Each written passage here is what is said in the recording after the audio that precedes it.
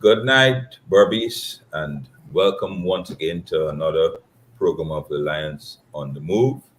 I'm David Patterson. I will be your moderator today, and with me is Dr. Vincent Adams and Diana Rajkumar, all members of the Alliance for Change. We have a full program in store for you today. We hope we want to get through it. We have several topics to do. To discuss with you a topic of importance and interest to you, particularly in the Berbice area. But we'll start off generally. I'll ask Dana to to speak to the recent results on the Cape and the CSEX results. Dana. Good night, everyone. Thank you for having me. First of all, let's say congratulations to Guyana as a whole for the excellent performance of CSEC but we must also acknowledge those who probably haven't done that well because, you know, it's not, the race is not where you start, but where you finish. I myself, I never scored a grade one at CSEC, but I have progressed, and so I'd like to encourage those who haven't done so well to keep striving. Yes, Dana, that's very important, because I think we simply honor, and correctly so, those that would have done excellently. They're the ones who are in the newspapers, and their stories are in the papers. However, everybody is a winner, and the question is, the race is not for the swift, it is for the poor. Vince, I don't know, before we even move off of this, CSEC and Cape has just been finished. I know that you've been a strong advocate for the STEM subjects, in which is the science subjects. I'm not too sure what exactly is the distribution on this year Cape and CSEC, but I don't know if you want to throw in any encouragements to students, because I know I've heard you speak about this before on this career choices you can have. Absolutely, Dave. Of course, I like to tell folks I've got a bias, but the bias is the reality of the STEM program: science, technology, math. Any country, it's established that in order to build a country, especially developing country, science STEM programs that's what the foundation is. And even when I was, I remember, and it really struck home that when I gave the University of Guyana, I was a keynote speaker at the 2016 UG graduation. And I sat there on the stage, and over 60% of the graduates were social science majors. And I was really taken aback and couldn't figure out why. But I think what had happened, of course, when I lived in Guyana, I realized, a lot of kids, even here, people like to go, well, science, STEM courses are too difficult, so they go with these social science. But I can tell you, I've got news for you. It doesn't matter what you do, it's difficult. You're going to have to put in the work. Except in terms of relevancy, in this age, it's science and technology, engineering, those type of chemistry, maths, physics, etc. My strongest advice is for students to focus on those, because you're guaranteed a career when it's all over. Whereas if the market for your social scientists and those type of fields and the arts, etc., it's not as rewarding as the STEM discipline majors. Even you start at the highest salary, you're guaranteed a job in any part of the world that you go. So that would be my advice, and without question, I think you yourself, and don't ever get intimidated that you can't do science and math. Trust me, as long as you put in the work, you will do it.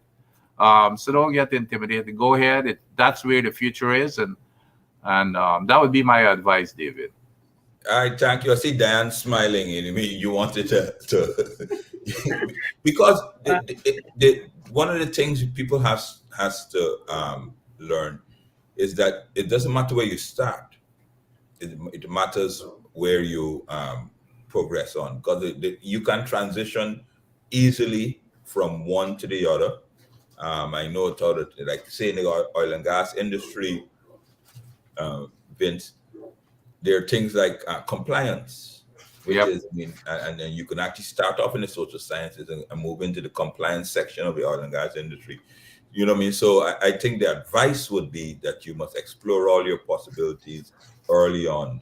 Diana, you wanted to throw in something, because Diana, of course, I think the social science bias. So you know, me, Vince, we You have see, a diverse Diane audience. is an exception, Yes, you know. Yeah. Yes. no, actually, yes, I'm one of those science majors. The thing, it goes back to PhD. I hated math. I still hate math. I never did well in math, but fortunately for me, I was able to pull through with university and then foster higher education. So it's just to encourage others that you know that even though you might not progress in certain areas, that is not the end of it.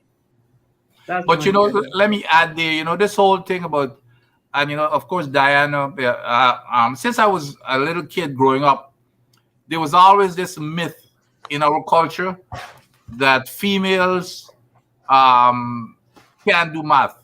And I think it's been ingrained and built into the female culture that they cannot do math. When I was in high school, the best math student in my class was a female. Then when I went to university, that's what it used to be in the past, where only men did engineering. You go to most of the major schools I know in the United States right now, and you know the females are taking over because they've suddenly realized that you know this you know that was really a myth that they could not excel in those areas. So again, you know, for the females also, don't let anybody let you believe that you cannot do math and science. You definitely can, as long as you try. Trust me. Yes. Yes. So thanks, Vince, and congratulations to all you students. I mean, you're all winners. The advice I think from both Diana and Vince is that you keep at it. Don't ever consider yourself not capable, and you will succeed. So, on behalf of Alliance for Change, congratulations to all the CSEC and the Cape students, and hopefully, you will continue and to progress and be a absolute joy to the country of this love dear land. Vince, moving on, after that opener, I mean, after we COP26 Yes. finished last night. So you are the resident expert here. So I like you to start off. I want you to start off next. Say to our audience, what was COP26? Why is it important? And how does Ghana position in it? And then, of course, I know you have some strong feelings on our commitments vis-a-vis our actions. I mean, words, action speaks louder than words. We have a lot of great, lovely words at the moment, but not a lot of action. So, Vince, Yes. you can take it. Yes. Thanks, David. Yes, the COP26, as a matter of fact, it's COP26. It's Conference of Parties, and I think this is probably the 26th conference of parties, meaning all. I think they had 130 countries who attended. They even had the president of the United States, Mr. Biden, who attended, and and this year the focus was on climate change and looking ahead and countries coming up with a strategy. And one of the biggest aspects of that meeting was how do we, you know, this whole thing about climate change and what strategies and commitment do we put in place to reduce the carbon footprint or to reduce carbon emissions into the environment. Of course, we all are seeing it on a daily basis, even in Guyana, with the heavy rainfall and flooding. It's happening all over the world where you're having droughts, rainfalls, which means that you know you're impacting people's lives in terms of agriculture, not to mention the inconvenience and of people losing their homes and properties and that type of thing. So this year was the coming together of all of these nations for them to make a commitment or to develop a strategy to work together. That's the key. These nations, they signed some agreements where all of them have to meet some expectations. Now, to get specifically as to what the contribution of each of these, each country, by the way, had to come up with how they're going to contribute to this whole climate change abatement. So Guyana, for example, His Excellency Orfanali, he did a great presentation, but it all sounded good. I mean, all of the commitment. One of the things which was kind of just for the people's interest, the big commitment was to reduce carbon emissions by 70% by the year 2030. Now, and of course, I'm sure that if you've been following the news, the current government lambasted the PNC, AFC ambitious program or commitment to reduce it at the last COP by reduce carbon by 100% by 2025. Of course, even I thought that was ambitious, but nevertheless, you set goals on targets so that people can be really committed.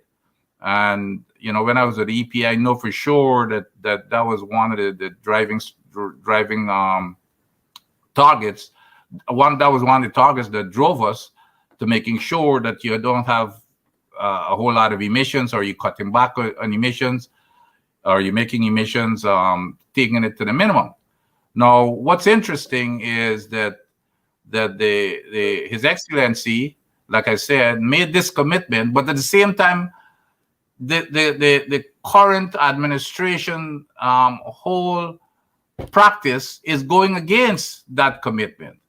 Oil and gas, for example, and that's going to be probably one of, I don't know the numbers, but it's going to be a major source of emissions. We all know about the flaring, which is a major emission source. We've been reading the newspapers, on a daily basis in terms of how much gas is being flared, and with that gas goes, a lot of carbon into the atmosphere. Well, in the coalition administration, when I was in charge of the EPA, we said that thou shalt not flare, period. It's zero. We even shut down Exxon at one time to make sure they weren't flaring. With this current administration, while they're saying that they're going to cut back carbon emissions, you have Exxon, who attempted to make a case, and I guess the case was successful after the coalition left government. They said that the reason why they should be allowed to flare was because we are a carbon sink. Now here we are. The whole intent of everybody is to protect your carbon sink, and carbon sink means that you've got the capacity to absorb more carbon.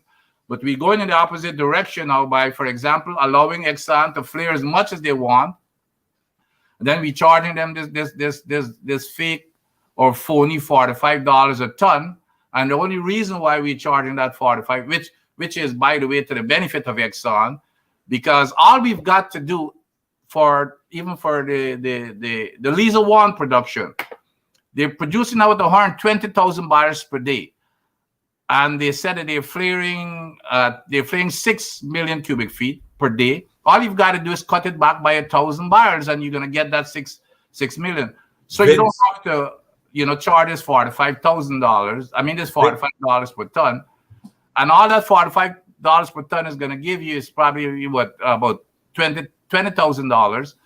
But at the same time, rather, the production, the 6,000 barrels that they're going to be producing, to avoid meeting that limit is gonna, they're gonna lose revenues. If they shut down the 6,000, they're gonna lose $500,000 in revenues per day. So that's the reason Exxon is saying, hey, it's costing me $20,000 for me to produce my 6,000 barrels per day, because my revenues is gonna be $5 million, $500,000 a day, and we're allowing them to do that.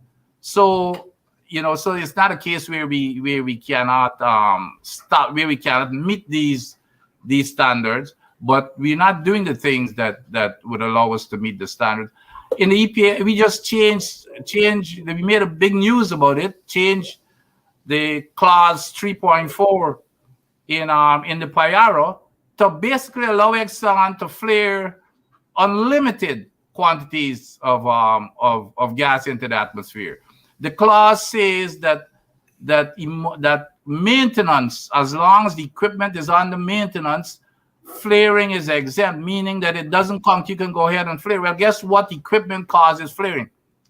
It's the gas. It says along the gas handling equipment is in repair or under maintenance, they can flare because you can't flare through the gas handling equipment. You can't pass gas through it if it's under repair. Then you pass everything up through the flaring system. It says as long as that equipment is out of order, you're allowed to flare. Well, that's exactly what's been causing all of the flaring to begin with. So now they've got a free rein to flare every time that equipment is done, which is totally, absolutely ridiculous. So those are the kinds of things that were changed. And then, you hear, of course, the Honorable Vice President always says that they're improving the environmental controls. It's the reverse, folks. That's not factual.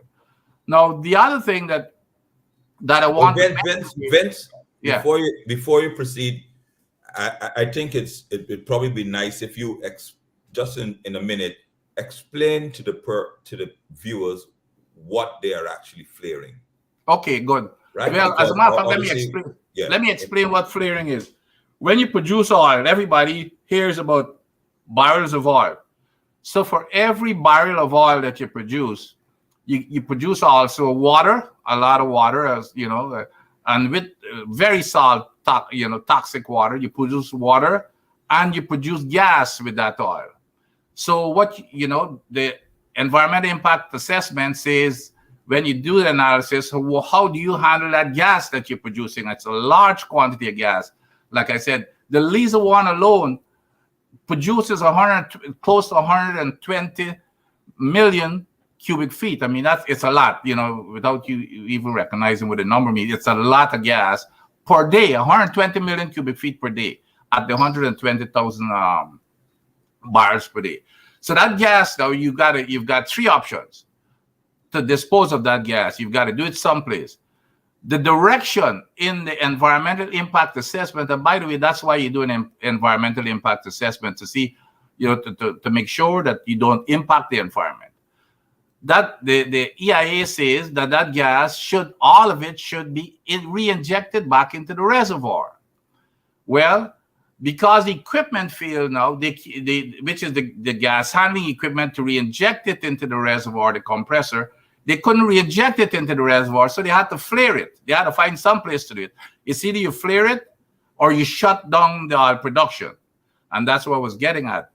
Now, they're injecting some, they're flaring some. So they're, like I said, they're right now producing 120,000 barrels per day.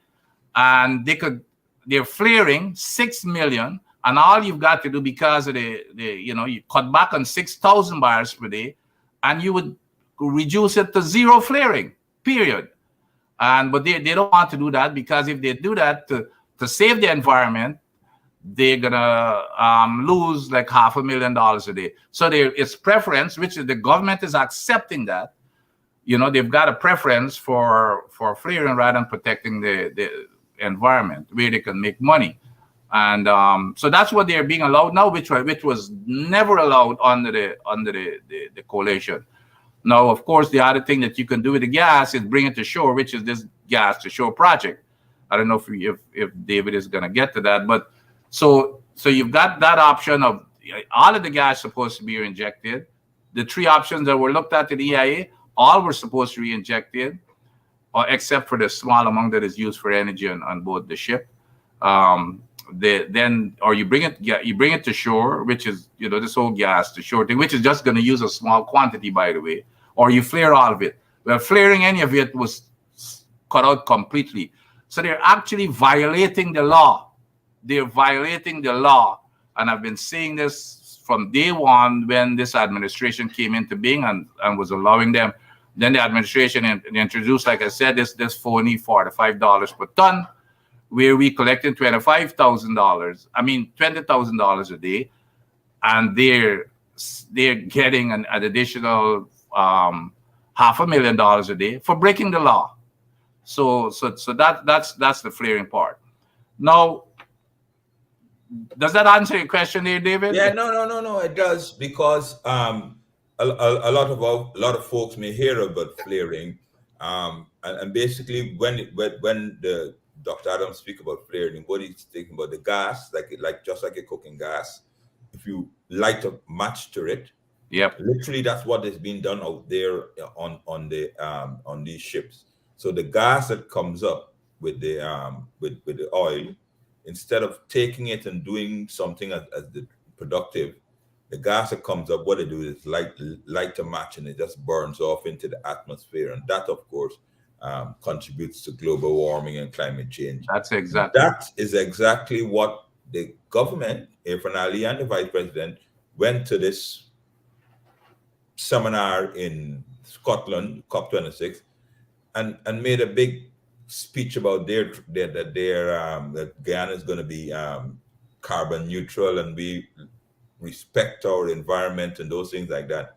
And while just 125 kilometers, 125 miles off the shore of Guyana, they're allowing a company to just burn the gas and into the atmosphere. So it's very, very interesting. Vince, you wanted to raise another point on this. But here, and let me tell you, the gas, I mean, like I said, this gas contains, and it's the reason why it's dangerous. It's not only affect climate change, folks, it affects your health. It has over 200 toxins, over 200 chemical, toxins, 200, including, it could go for, it has benzene, it has methane, mercury, just name everything, that comes out to the ground. And so when it's very acidic, it goes up there. That when you hear about acid rain, and of course, what goes up must come down. So it goes up into the skies, it forms these clouds, and then it rains, it forms acid. The acid comes back into the oceans, it comes back on your farms, which means it damages your soil, it damages agriculture.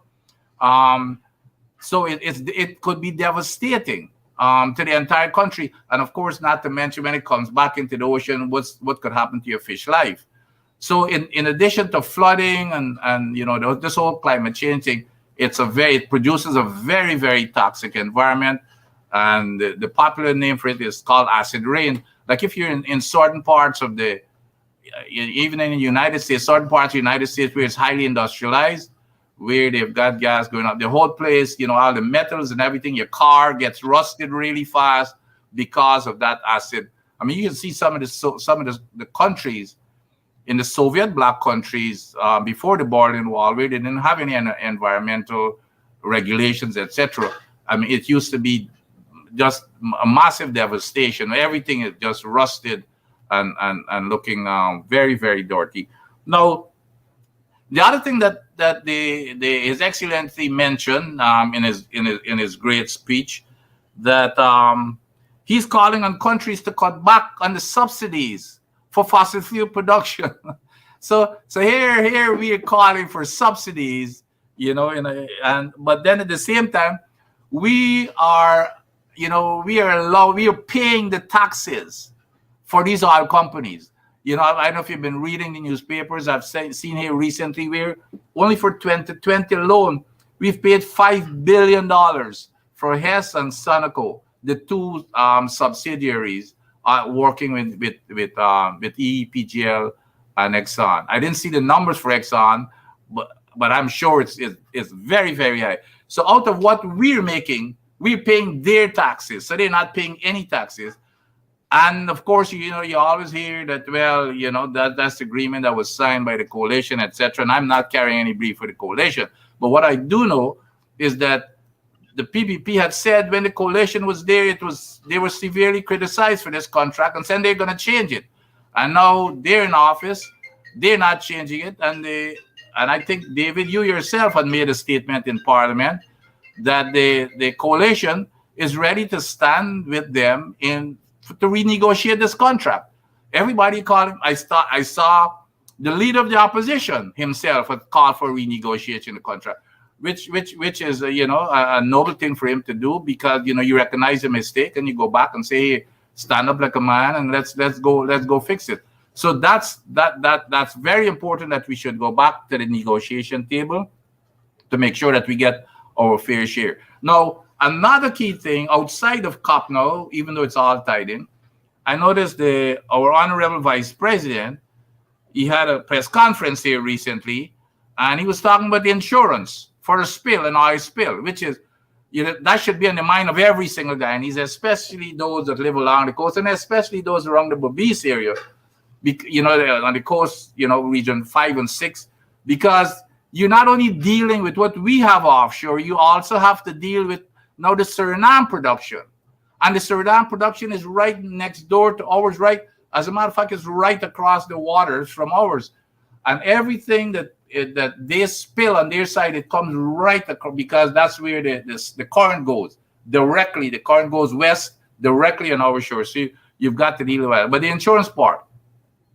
So when I arrived at the EP under the coalition government, we noticed that the permits, we were allowing Exxon to say that they're going to be self-insured for any spill. Well, they didn't have any assets, because it's a new limited liability corporation that are made of 3 companies, Exxon, Sinoco, which is the Chinese company, and Hess, a new company, no assets whatsoever. What is self-insurance? Well, it's supposed to cover by the company itself, right? So EPGL, SO Exploration Guyana Limited, which is a newly formed limited liability corporation of Exxon, Sinoco, and Hess. So what they're saying, well, if something happens, that company is going to be responsible for it. They're going to have the liability. Well, heck, if they have a spill, they have no assets to cover it, because it's a new company. They hadn't even started producing. Well, now they've started. But do you know what the Macondo spill in the Gulf cost? Over $70 billion US. So I said, absolutely not. You're not going to be self-insured. You've got to guarantee us some insurance. So they went out. After some pushing back, and they went out. They got the highest in the market, which was $2.5 billion US in insurance. And I said, well, we're not signing off on $2.5 billion, because in the Gulf it costs $70 billion to BP. This government cannot. The government would go bankrupt. Even if insurance gave you 2.5, what happened to the other 68 billion? We can't cover that. So you have got to go back and get parent company liability coverage, which means that they've got to go back and get Hess, Exxon, and Sinoco to guarantee that they're going to cover everything over and above 2.5 billion. Well, after several months of pushing back, of course, we stood our ground and said, well, you're not going to produce a drop of oil if you do it. They signed off, except that we signed off the agreement that they were gonna give us the guarantee. They were gonna work it out together. Well, we've been working with them. We were close to getting the guaranteed letter together, after on how they're gonna cover it as a group. When I was about to leave in August of 20, and as a matter of fact, one of the things that I was not gonna do was sign the PIARA until that agreement was finalized. Well, as soon as I left, guess what happened? That was dropped, the unlimited coverage. By the way, our country was the only country that had unlimited liability coverage, period, because of the pushback. But Exxon knew that they had to do it, and it made sense. They not only did when I left, after I left, they got rid of the 2 attorneys, the only two attorneys that was working that unlimited liability coverage. So they dropped it aside. So now I'm hearing the honorable vice president is saying, well, for the yellowtail, we're going out and get, we're going to get $2 million, $2 billion in insurance. Well, drop in the ocean. Well, but there are 2 issues here. It's a drop in the ocean, which means they've cut back from unlimited liability coverage, which is a blessing to Exxon. Is probably throwing cartwheels and celebrating this, because now they ain't got to worry about putting this agreement together, because that was one of the big problems. How do we cover this extra thing? But anyway, so they pushed that aside in favor of Exxon. But on top of that, we already have 2.5 billion. So apparently the honorable vice president doesn't even know that there's already insurance. So he goes out there and he's trying to let it appear as if, well, it didn't exist in the past, but now he's getting 2 billion. Well, Mr. Honorable Vice President, just I don't know who's advising you, but it's obviously you maybe not aware. You already have 2.5 billion, and that's the highest you can get in the market. What you've got to do now is go back and get that unlimited liability coverage. You have 2.5 billion, so you don't need to go to the press anymore to say that this is something new. You're going out there and get $2 billion in insurance that we never had before. We have right now, Exxon has a policy, and they had to submit the policy before we signed the permit for 2.5 billion US dollars. So what I would advise you to do now is go back to Exxon and say, let's continue that discussion. As a matter of fact, we were very close to signing that agreement to give the unlimited liability coverage that your government stopped as soon as I left the agency, which is putting Thank you, Vince. at a major risk. Because if we get a spill, folks, if we get a spill, and it will happen, I don't know what the size, but it will happen. If we get a spill, it could really be bad news for everybody that lives in Guyana, especially those along the coast, because it's going to impact. Even if you're not living along the coast, it's going to impact all your food supplies, and it's going to be it's not going to be good. Thank you, Vince. Very, very comprehensive. Time is going, and I see Diana's itching to get involved here. Right. We'll come back because, Vince, before I go, I want to speak about renewable energies and the coalition plans and this thing. But Diana Gaisuko, you know that one of the campaign promises that the PPP made that they will get Gaisuko back up and running. Despite all the experts saying it's a challenge, and it's been now almost 14 months since they brought in their experts to do the turnaround plan. And we've been hearing several different theories on the ground from person. So launch right in on sugar, Diana, and then myself and Vince will pick up, because I particularly want to pick up on a statement made by the Vice President last week on November the 2nd. Diana. Well, to understand why sugar is in the state it is, I probably got to give a little background on this issue. Very good. No, sugar remains, and it will remain unprofitable. Reason being is that, like I said, I have to give a little background in it. We along with the ACP countries, the African, Caribbean, and Pacific countries, we lost our preferential price on the world market for sugar. And that was known since in the early 2000s by the government of the day. So it is not something new that is happening. Is that if we look, sugar production fell at its lowest in 2003. We lost that because if you look at the World Trade Organization, when you come to a level playing field with trade relations and all of that, Brazil, Australia, and Thailand, they brought a case against us to say that as former colonies, we can no longer be granted preferential prices.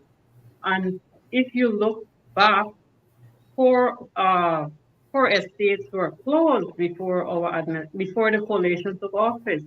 So sugar production and loss and everything else is nothing new. It has been happening, and I don't think people realize that this is something that is an inherent problem. It's structural.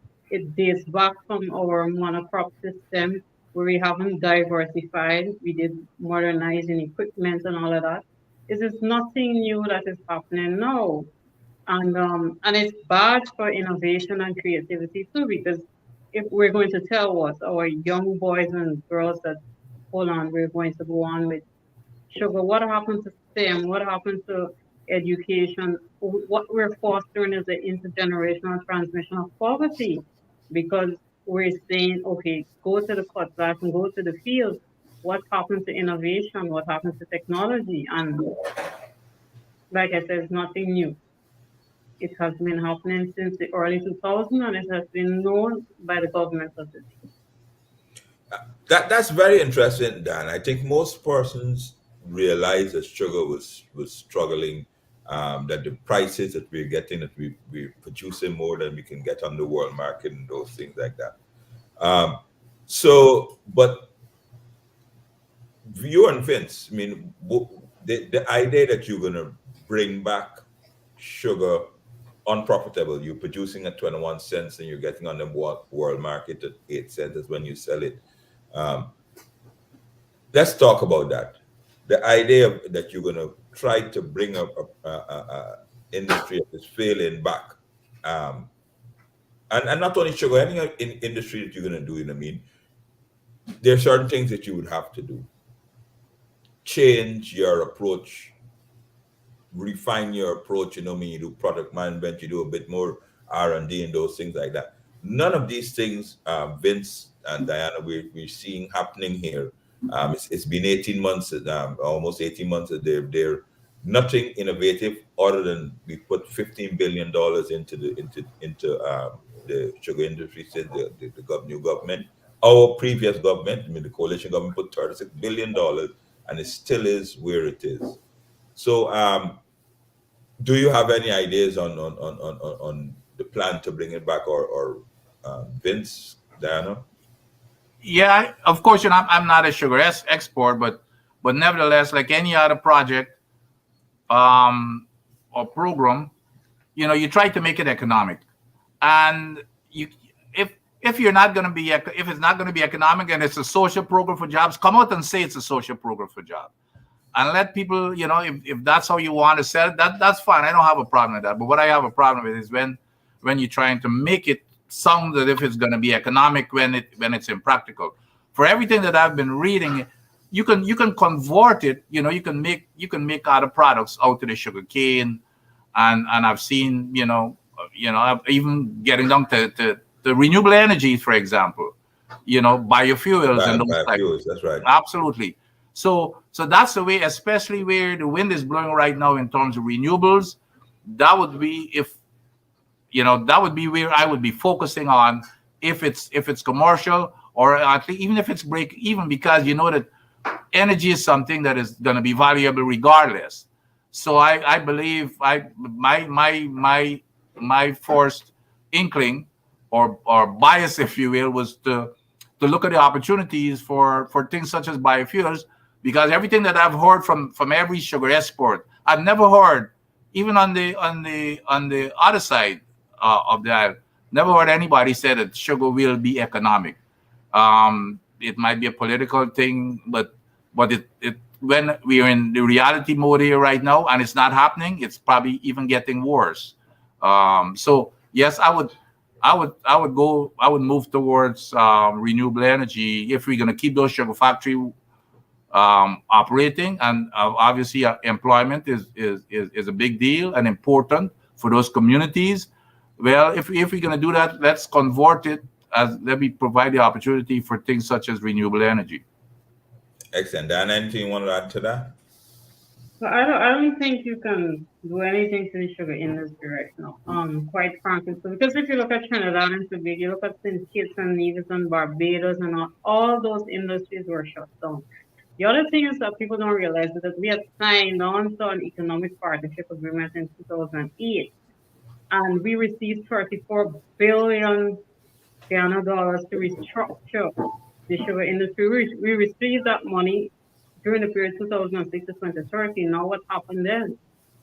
What happened to those money? 2006 to 2013, you say? Yeah, we received 34 billion Ghana dollars through the economic partnership agreement, which we signed on to for the restructuring of the sugar industry.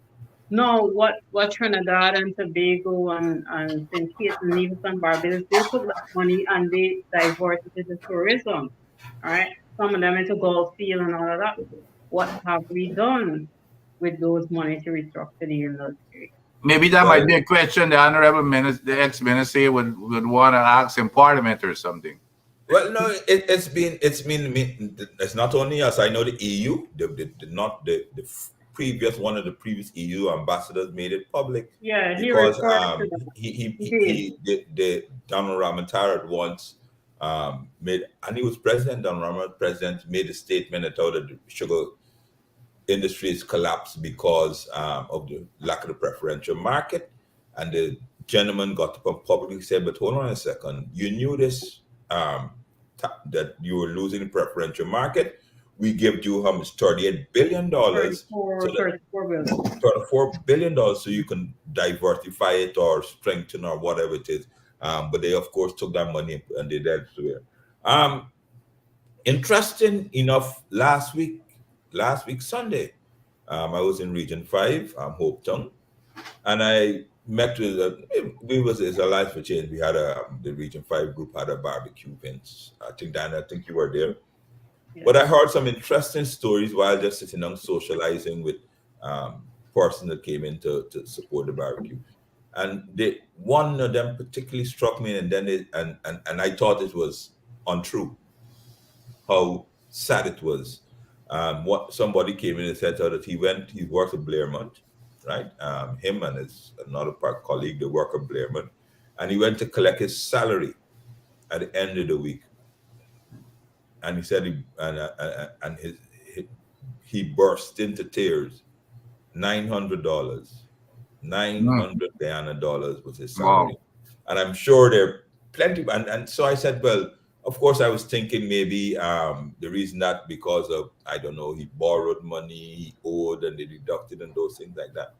He said no, he worked a full week, his Wow. whole full fortnight or whatever it is, and I'm sure there are persons that are listening here on this program, because it said that was happened to several other persons, worked a whole week and carried home 900 Guyana dollars, $4.50 US for Wow. a week's work. And that is where it's going. And that brings me on to something that I heard the vice president has said, and which I think myself can imagine in line with you. He has made a statement saying he was asked about the performance of the CEO for Gaisuko.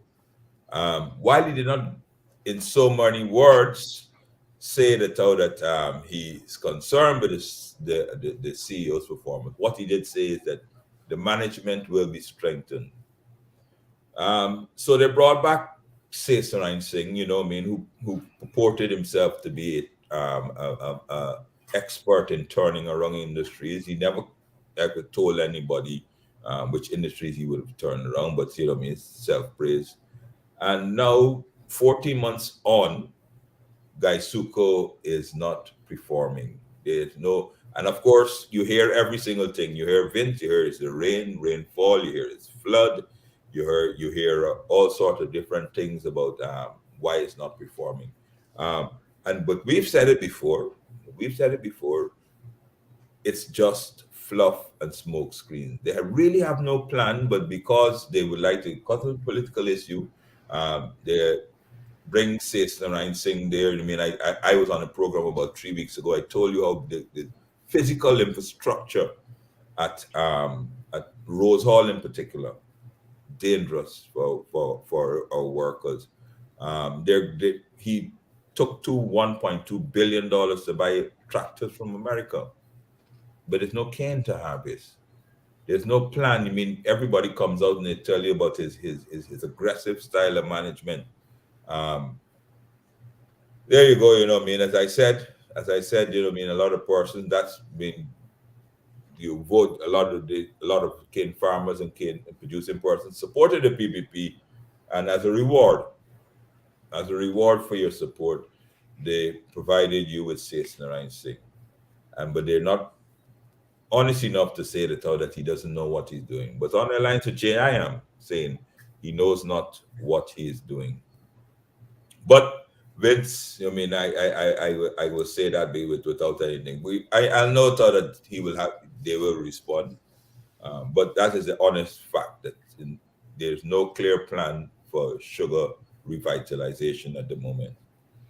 Vince, Mm. another issue that I want to speak on, because when we started off the program, you started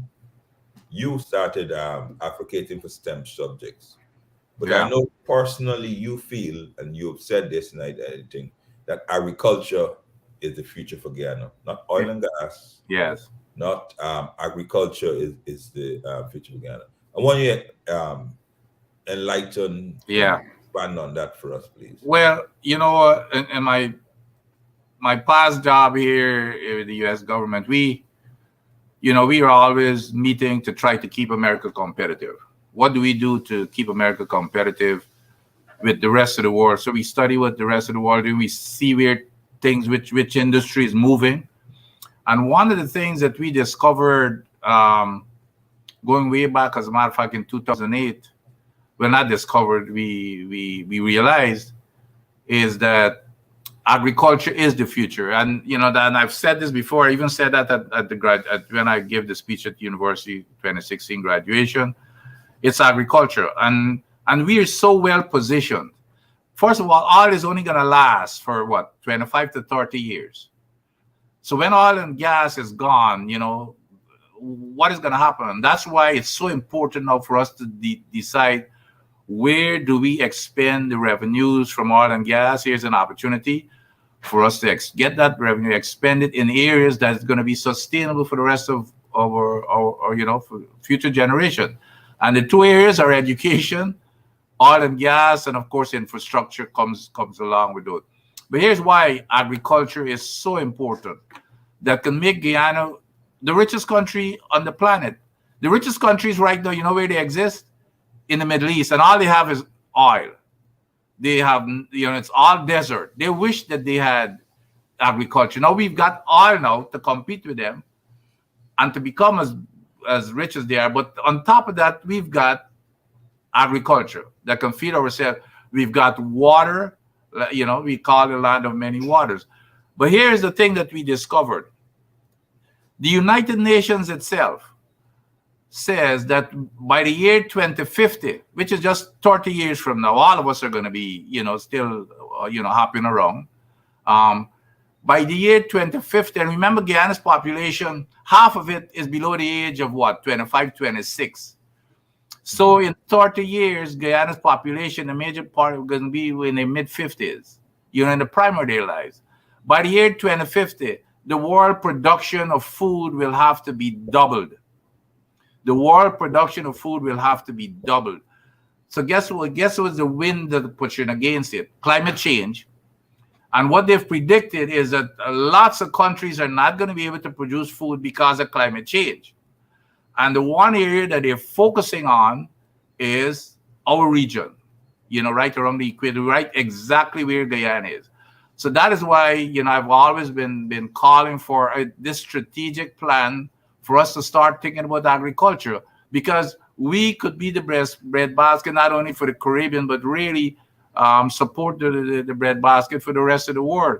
We have, as much water as we want.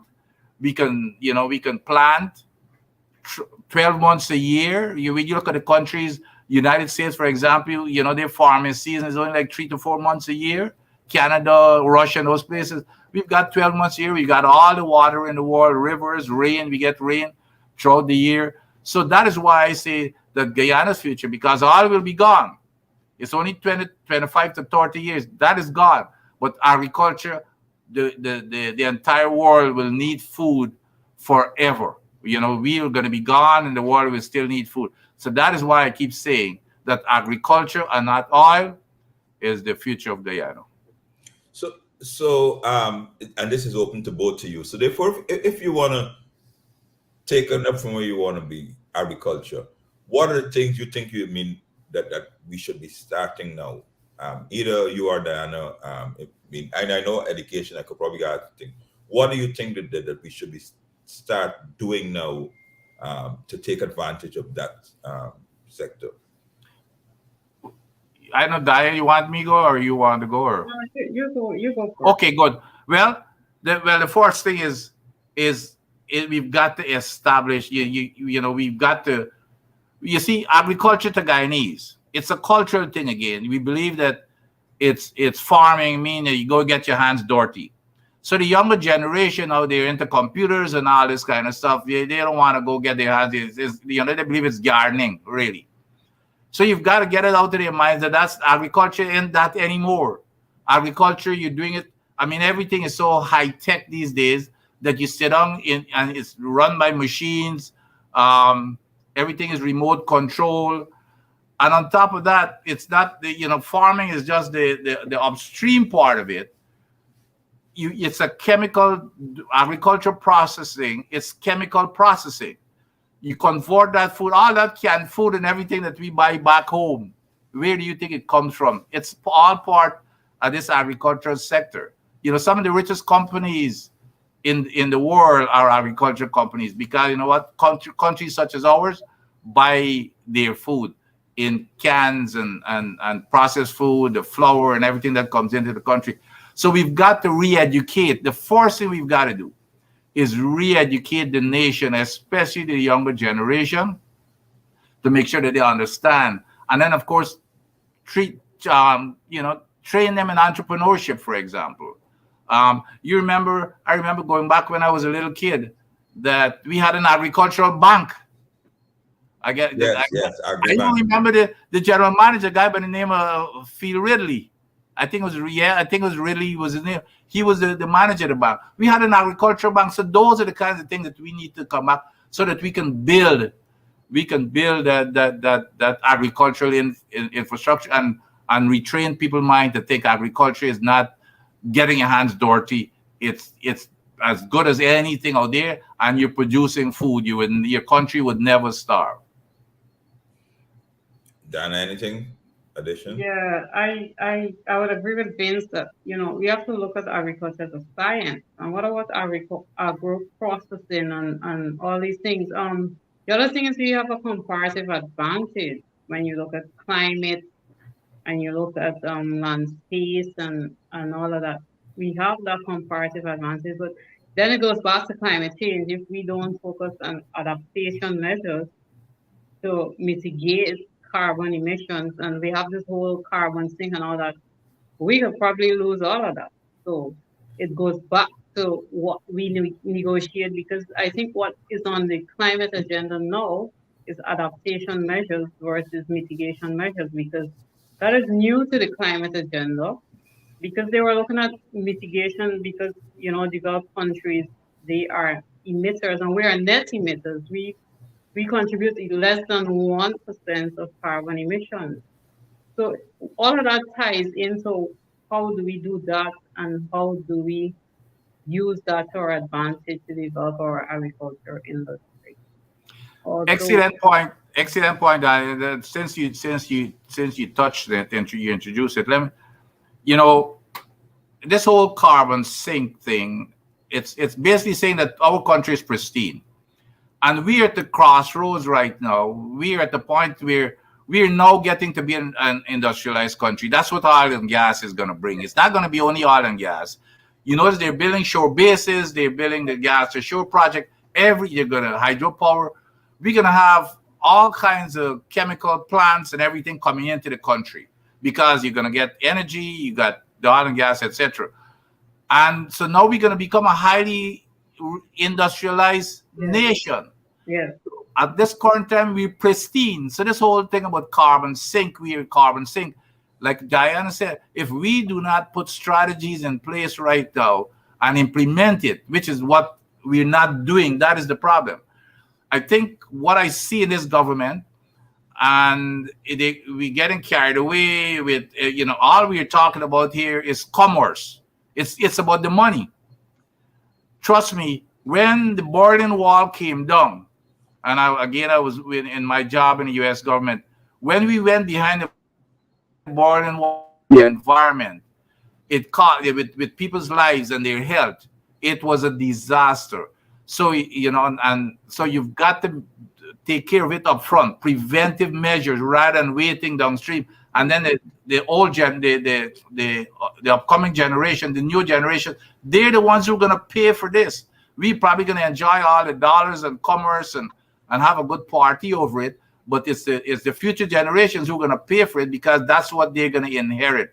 So I'm glad that Diana brought that up in terms of if we do not do mitigative action right now, all this agriculture stuff was us becoming a food breadbasket to the world, just going to evaporate. It never will happen. All right, thank you, Vince. I see time is going. So, just while we were talking there about agriculture and those things like that, what struck me is local content. You said how that we're at the cusp of industrialization, and obviously and Guyana is ripe for business, and what a lot of persons have been complaining about or being concerned about is that Guyanese are not benefiting in it. So we have a couple of minutes. I think we have 4 or 5 minutes. Local content. I start with Diana. What do you local content? What would you like to see in a local content policy? For agriculture? No, overall local content.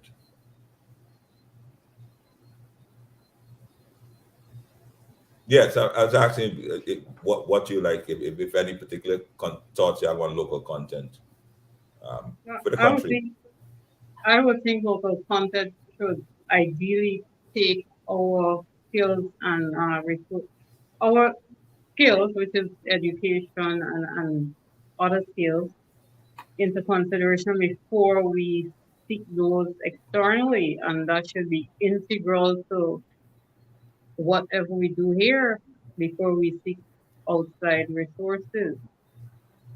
Excellent. Vince? Yeah, without question. And local content is not only in countries in Ghana.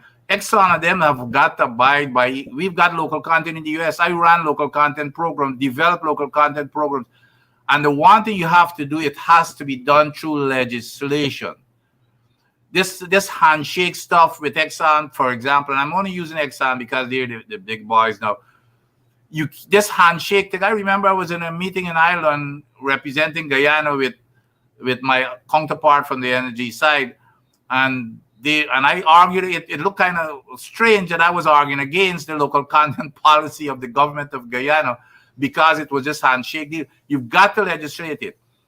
Even in the United States, in the poor communities, when these big companies go into these poor communities, some of those I used to manage, in the contracts that we signed with them, we used to tell them X number. For example, you say half of your contract has to go into the community. Half of all the money you make has to go into the community.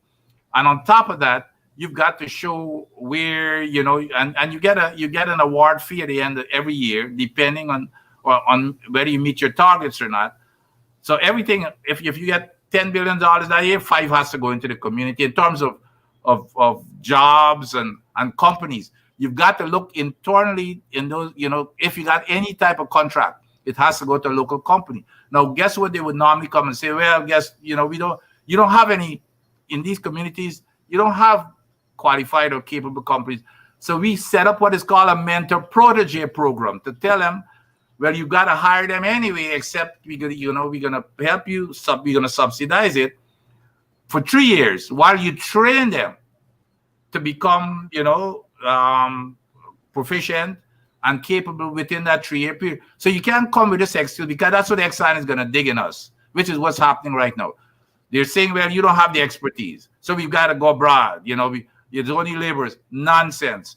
If we put that mentor protege program in place and force them into bringing these people on board, but they're training over a period of time so that they can take over all of these contracts, it would make a big difference. But it has to be legislated. Right now it's a handshake thing.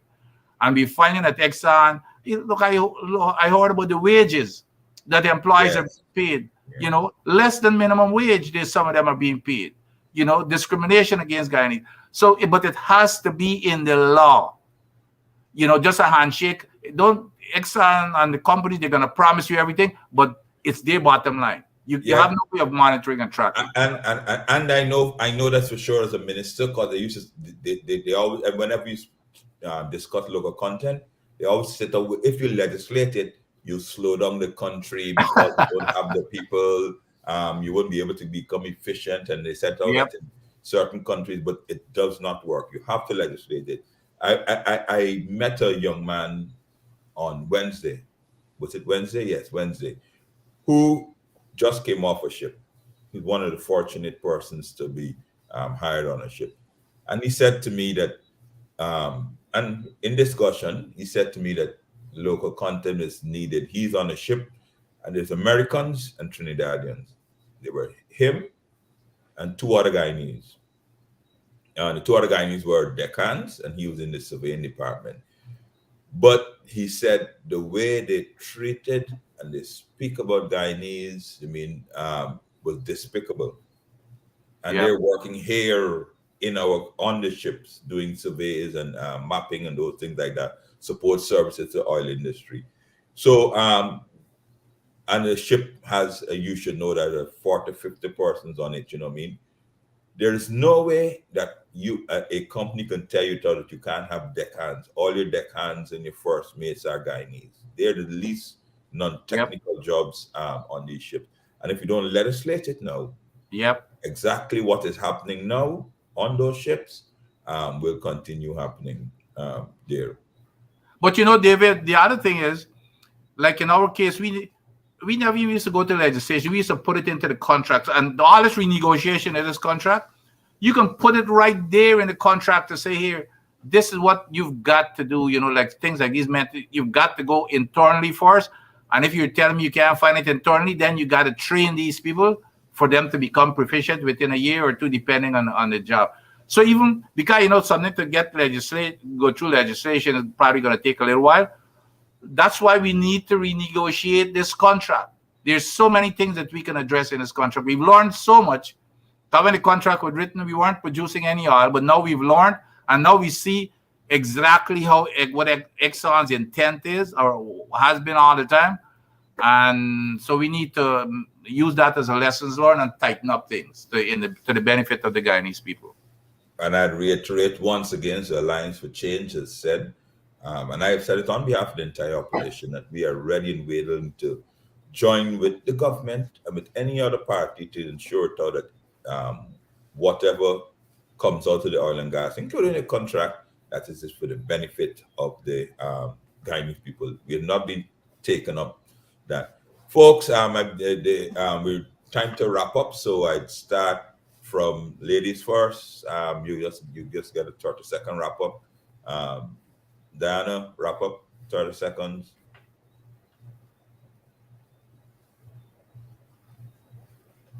Yeah, no, sis, you want to say any closing remarks, Diana? I don't think she's hearing. Vince? She's probably not hearing you. Yeah. Any closing remarks, Vince? Yeah. I just want to say, you know, it's nice for us to go give speeches before the press and make things political. People's lives are not political, okay? When we go to COP26 and we give press statements to make ourselves look good, and when it's not factual, it's, you know, you lose your credibility as far as the government is concerned. So these are key things in terms of the environment that affects people's lives, their health and their well-being, and even their livelihood in terms of income. If you damage agriculture and everything else, it's not going to happen. You damage people's health. So, you know, let's be serious. I think that we ought to pay serious attention rather than just looking at the money. We can do both at the same time. You know, rather than just looking at the money, we need to force Exxon and them into doing both. Or else they're going to try to save money and only doing one, which is making money, as long as we allow them to, and the people's lives and health and well-being will suffer. All right, folks, thank you very much for joining us tonight on the Alliance and our program, Alliance for Change. I want to encourage everyone, as the Alliance for Change Party has always been doing, to get vaccinated. I want you to social distancing, wear a mask.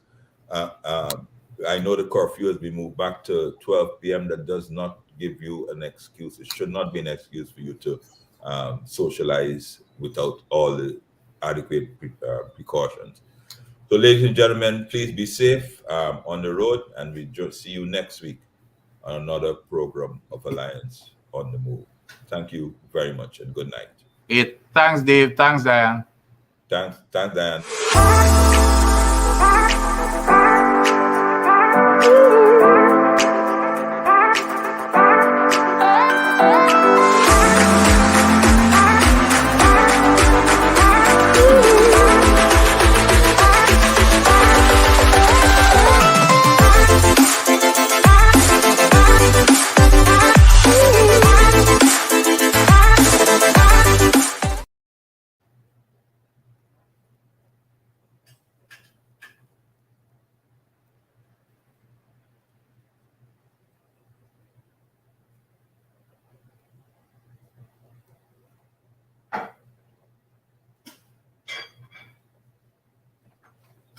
I'm still on here or what?